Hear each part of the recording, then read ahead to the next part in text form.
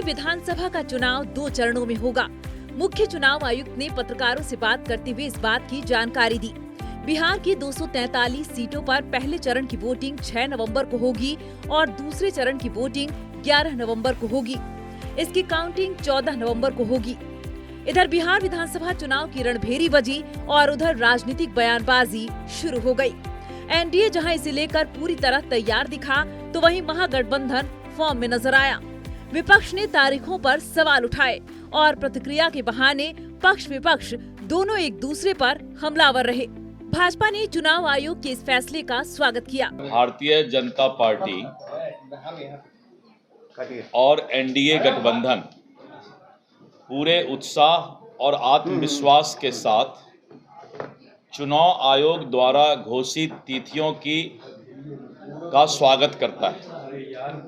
चुनाव आयोग ने 2 फेज में चुनाव कराने का फैसला लिया है और 2 चरण में पहला चरण 6 नवंबर को और दूसरा चरण 11 नवंबर को होगा। वहीं केंद्रीय गृह राज्य मंत्री नित्यानंद राय ने चुनाव आयोग के इस फैसले का स्वागत करते हुए कहा कि बिहार में फ्री एंड फेयर इलेक्शन होगा। राजद पर निशाना साधते हुए उन्होंने कहा कि एक बार फिर से बिहार में जंगल राज के प्रतीक वालों की हार होगी और एनडीए दोबारा से सरकार बनाएगी। राय ने कहा कि चुनाव आयोग ने जो चुनाव की तिथि तय की है, समझ जाइए उसी दिन जनता भ्रष्टाचार और परिवारवादी राजनीति का अंत भी कर देगी। जो चुनाव आयोग ने व्यवस्था बनाई है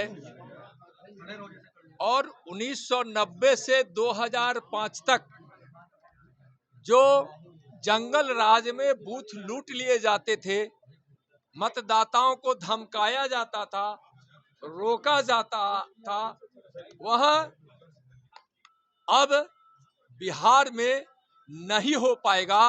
वैसे भी जब से 2005 से एनडीए की सरकार बनी है, उस समय से चुनाव आयोग को सहयोग कर इस व्यवस्था में सफलता प्राप्त करने का अच्छा प्रयास किया है। सफलता मिली भी है, लेकिन इस बार के चुनाव आयोग ने जो योजना और व्यवस्था बनाई है, यह स्पष्ट रूप से है कि 100% शांतिपूर्ण और पारदर्शिता के साथ होगा। बूथ लुटेरों की गुंजाइश नहीं और उन्मादियों की गुंजाइश नहीं, वोटर को धमकाने की कहीं कोई गुंजाइश नहीं। और उसने जिस प्रकार से सुरक्षा का, मतदाताओं की सुविधाओं का जो बंदोबस्त किया है, चुनाव आयोग को इसके लिए बहुत बहुत धन्यवाद। और जो 6 नवंबर और 11 नवंबर की तारीख चुनाव आयोग तय कर दी है, तो बिहार के लोगों ने भी 6 नवंबर और 5 नवंबर को यहाँ विपक्षी, परिवारवादी, भ्रष्टाचारी, जंगल राज के साथ उनके गठबंधन के लोगों यानी विपक्ष की पार्टियों का उस दिन सफाया की तिथि भी बिहार के लोगों ने तय कर दिया। महागठबंधन के नेता तेजस्वी यादव ने सोशल मीडिया प्लेटफॉर्म एक्स पर 14 नवंबर 2025 को ऐतिहासिक दिन बताते हुए जनता से सक्रिय भागीदारी की अपील की। उन्होंने पिछले 20 वर्षों में बिहार में हुए अपराध, भ्रष्टाचार, बेरोजगारी और प्रशासनिक विफलताओं का जिक्र करते हुए वादा किया कि महागठबंधन सरकार पहले दिन से बिहार में बदलाव और विकास की नई गाथा लिखना शुरू करेगी और युवाओं तथा बेरोजगारों के लिए रोजगार और सरकारी नौकरियों का भरोसा दिया। राजद के राष्ट्रीय महासचिव वरिष्ठ नेता अब्दुल बारी सिद्दीकी ने 2 चरण में चुनाव को लेकर कहा कि एक ही चरण में हो जाता तो ज्यादा अच्छा होता, लेकिन चुनाव आयोग ने चुनाव का ऐलान कर दिया है, इसलिए अब इस पर टीका टिप्पणी नहीं किया जा सकता। वहीं भाजपा की यह टिप्पणी कि 2005 से पहले चुनाव निष्पक्ष नहीं होते थे, इस पर उन्होंने कहा कि इसका मतलब है कि पहले वह चुनाव धांधली से जीतते थे, सरकार बनाते थे। जो चुनाव की जो घोषणा हुई है उसको फेस करना है, उसमें लड़ना है डिफरेंट पॉलिटिकल पार्टी सामने। और अब जो है संघनाथ रुका गया है, अब उसमें जो पॉलिटिकल पार्टी है वो अपना कूदेगी। तो चाहते थे कि एक फिर जब आपके मार्फत हम सुन रहे हैं कि बीजेपी अगर ये कह रही है कि पहले फेयर इलेक्शन नहीं होता था और अब फेयर इलेक्शन होगा, तो इसका मतलब कि वो धांधली करके पहले के चुनाव में सरकार में आए थे। पूर्णिया सांसद पप्पू यादव चुनाव आयोग पर खासे आक्रोशित नजर आए। उन्होंने कहा कि इतना बेशर्म चुनाव आयोग कभी नहीं देखा। उन्होंने आरोप लगाया कि जिस आयोग से निष्पक्षता की उम्मीद थी, उसने हर भ्रम तोड़ दिया और बीजेपी मुख्यालय से भेजा गया चुनाव कार्यक्रम मुख्य चुनाव आयुक्त ज्ञानेश जी ने बस पढ़ लिया। पप्पू यादव ने कहा कि बिहार का बच्चा बच्चा जानता था कि अधूरी मेट्रो के उद्घाटन के बाद चुनाव की तारीखें घोषित होंगी और आयोग ने अपनी साख पर दाग लगा दिया। वहीं कांग्रेस नेता पवन खेड़ा ने आयोग को संशय और शक के घेरे में बताया और कहा कि पूरे साल कोई तैयारी नहीं हुई। अंतिम समय में प्रधानमंत्री और नीतीश के दखल के बाद ही तारीखें तय हुई। जन स्वराज पार्टी के सूत्रधार प्रशांत किशोर ने बिहार विधानसभा चुनाव की तारीखों के ऐलान के बाद पत्रकारों से बात की। उन्होंने कहा कि 2 चरण में चुनाव कराना बहुत अच्छा है। पहले ज्यादा चरण में चुनाव इसलिए होता था ताकि मोदी जी ज्यादा से ज्यादा सभा करें, लेकिन अब भाजपा ने भी मान लिया है कि मोदी जी की सभा से कुछ नहीं होगा, इसलिए जल्दी चुनाव करके खत्म किया जाए।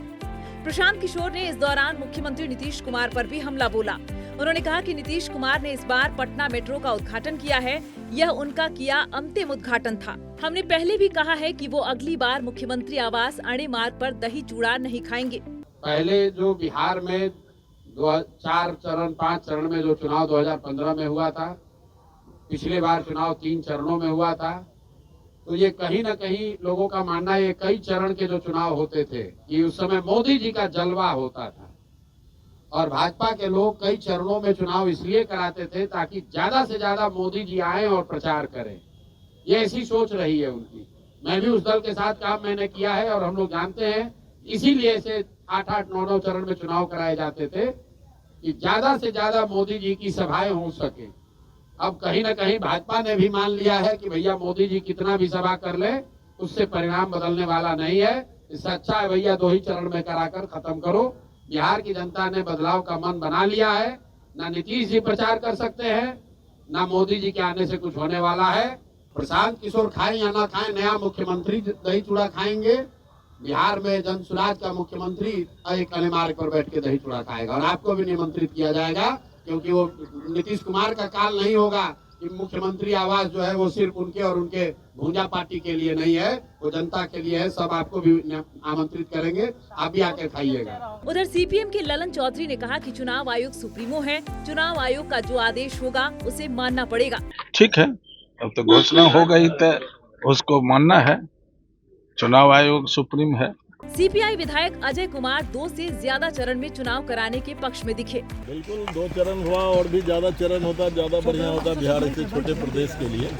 बहरहाल 14 नवंबर को जीत का स्वाद करने के लिए दावेदार तैयार हैं। 2020 में राजद 75 सीटों के साथ सबसे बड़ी पार्टी थी, फिर भाजपा 74 सीट। अब दल बदल से भाजपा 80 विधायकों के साथ सबसे बड़ी पार्टी है, जबकि राजद 69 पर आ गई है। यह देखना दिलचस्प होगा कि कौन कितनी सीटें जीतता है।